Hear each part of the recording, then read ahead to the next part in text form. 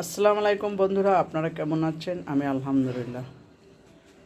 আমি সকালবেলা হাঁটতে বেরিয়েছিলাম। এখানে নেভি স্কুল অ্যান্ড কলেজের সামনে একটা বাজার আছে, ওখানে গিয়েছিলাম।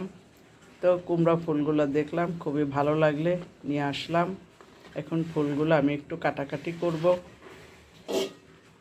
এই পাতিলটা নিয়ে নিচ্ছি, খুলবো। একদম কম দামে পেয়েছি, 20 টাকা।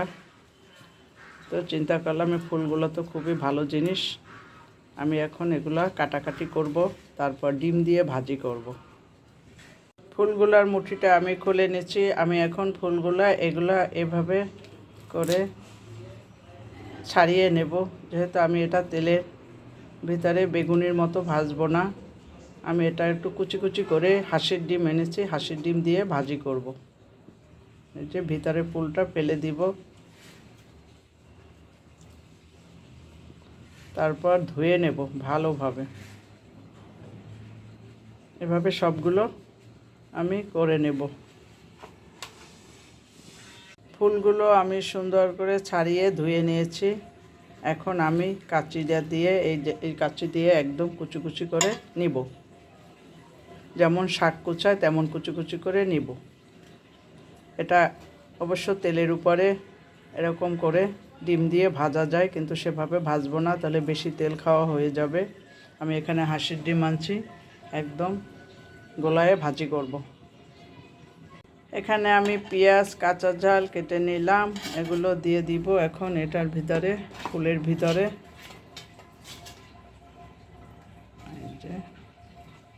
এরপরে এটা সরিয়ে ফেলি। এখন আমি এখানে ধনিয়া পাতা রাখিছি, এই যে ধনিয়া পাতাটা দিয়ে দিব, লবণ দিলাম। এখন সবগুলো আমি এভাবে মিক্সড করব।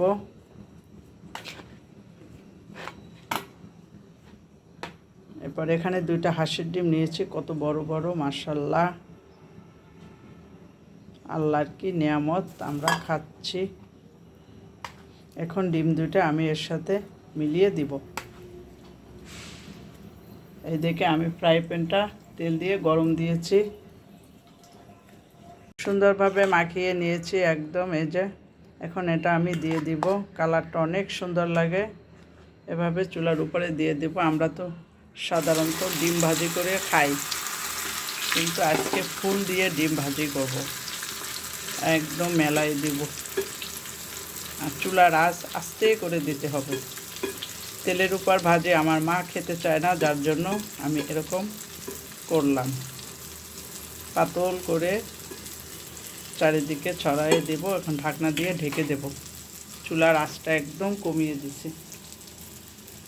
ঢাকনা দিয়ে ঢেকে দেব 2 মিনিটের জন্য।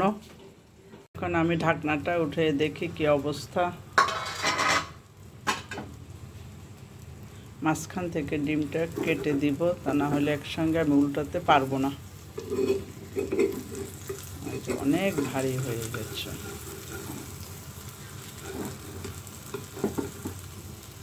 এভাবে উল্টাতে হবে। এই যে নিচটা হয়ে গেছে, এখন এটাকে ধরে এভাবে উল্টায়ে দেব। বিসমিল্লাহ। এখন আবারও একটু ঢেকে দিব।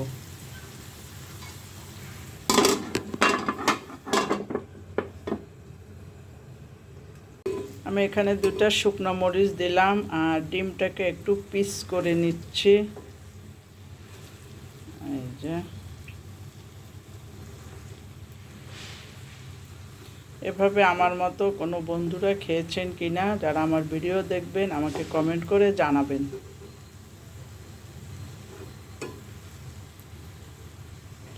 চপ আকারেও বানানো যায়, কিন্তু সেভাবে বানালাম না। আমার মা আবার ওভাবে খেতে চাচ্ছে না, যার জন্য আমি এই রেসিপিটা বেছে নিলাম। ফুলও খাওয়া হলো, হাঁসের ডিমও খাওয়া হলো। এই যে খুবই সুন্দর, জাস্ট ওয়াও। বন্ধুরা, আমার কুমড়োর ফুল হাঁসের ডিম দিয়ে ভাজা হয়ে গেছে, দেখেন কত সুন্দর হয়েছে।